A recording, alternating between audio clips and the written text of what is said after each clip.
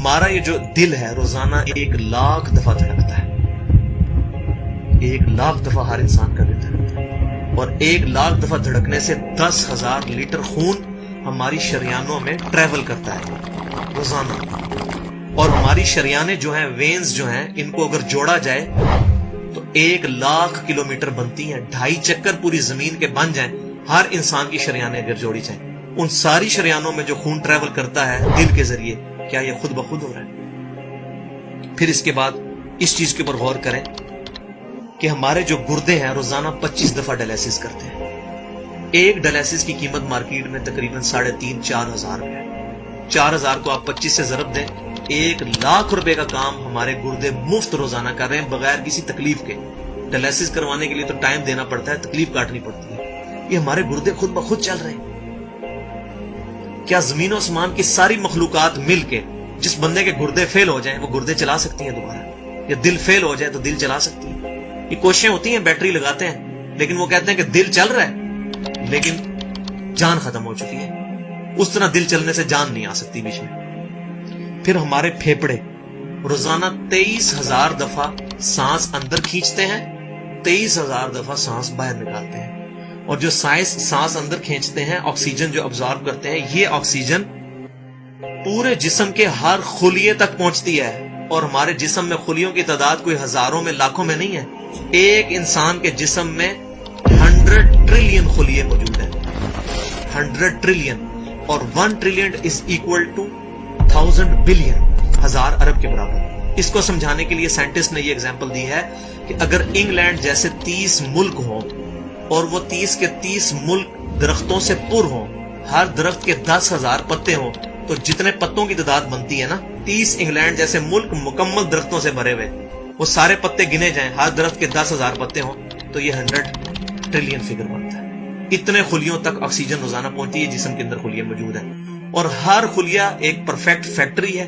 Power generation plant اس کے اندر لگا ہوا ہے، وہ اپنی خوراک تیار کرتا ہے. ہر خلیہ اس تک آکسیجن پہنچتی ہے، خون کا نظام پہنچتا ہے. یہ سارے کا سارا کمپلیکس سسٹم کیا خود بخود ہو رہا ہے؟ زمین و آسمان کی ساری مخلوقات مل کے یہ کام نہیں کر سکتی، جس کے بارے میں ہمیں وہم ہو گیا شاید یہ خود بخود ہو رہا ہے. پھر اپنی آنکھوں کے اوپر غور کریں. ہماری آنکھیں روزانہ 12,000 دفعہ چپکتی ہیں. ایسے 12,000 دفعہ اگر ہم اپنے یہ ہاتھ کو الٹا کر کے ایک دوسرے پہ یوں رگڑیں نا، تو میرا خیال ہماری کھال اتر جائے. اس سے زیادہ نازک چیز ہماری آنکھ ہے. لیکن اس آنکھ کے درمیان ایسا لیکوڈ موجود ہے کہ جو اس آنکھ کو گھسنے نہیں دیتا اور تکلیف نہیں ہوتی. وہ لیکوڈ تھوڑا سا زیادہ ہو جائے تو خام خواہ ہمارے آنسو بہنے شروع ہو جائیں. جیسے ہمارے گلے میں بھی تھوک موجود ہے، یہ تھوڑا سا زیادہ ہو جائے تو رال ٹپکنی شروع ہو جاتی ہے. کئی لوگوں کو آپ دیکھتے ہیں بیماری ہوتی ہے، ایک زیادہ مقدار میں ہو جائے تو رال ٹپک جائے، کم ہو جائے تو ہم بول نہ سکیں، ہمارا گلا خشک ہو جائے.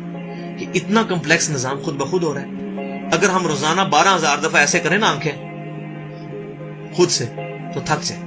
لیکن یہ بلا ارادہ یہ ساری کی ساری چیزیں کسی کنٹرولنگ اتھارٹی نے اس کو ٹائنیسٹ ڈیٹیل تک کنٹرول کیا ہے کہ جو ہمارے اختیار سے باہر خود بخود ہماری آنکھیں چل رہی ہیں. جب کوئی خطرہ سامنے آتا ہے، اندھیری چلتی ہے، نہ چاہتے ہوئے خود بخود ہماری آنکھیں یوں بند ہو جاتی ہیں. پھر اس کے اوپر پلکوں کے اوپر بال ہیں، اور نہ صرف یہ بال، اپنے ناخنوں پر غور کریں. گوشت میں سے ناخن نکل رہے ہیں. یار گوشت کے اندر کون سا مٹیریل ہے جو یہ ناخن باہر نکال رہا ہے؟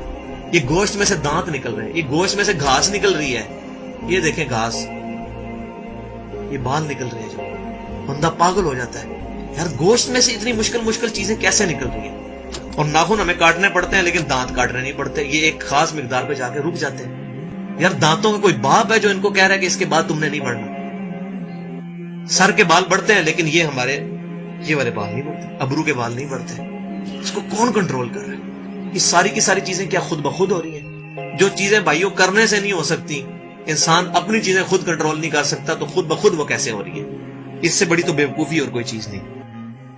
پھر سب سے مشکل جو انسٹرومنٹ ہمارے دماغ جو ہے، ہمارے دماغ کے اندر 10 ارب خلیے ہیں، اور جو دماغ کے اندر جو ہمارے کنیکشنز ہیں وہ 100 ٹریلین ہیں، equivalent to the quantity of cells in human body. جو میں نے بتایا تھا انگلینڈ جیسے 30 ملک ہوں، وہ والی ایگزامپل دی، وہ سیم اتنے کنیکشنز دماغ کے اندر ہیں. ہمارے دماغ کے اندر 1 منٹ کے اندر 10 لاکھ چین ریئیکشنز ہوتے ہیں جن کی وجہ سے دماغ کام کرتا ہے. ایک کنیکشن بھی ان 100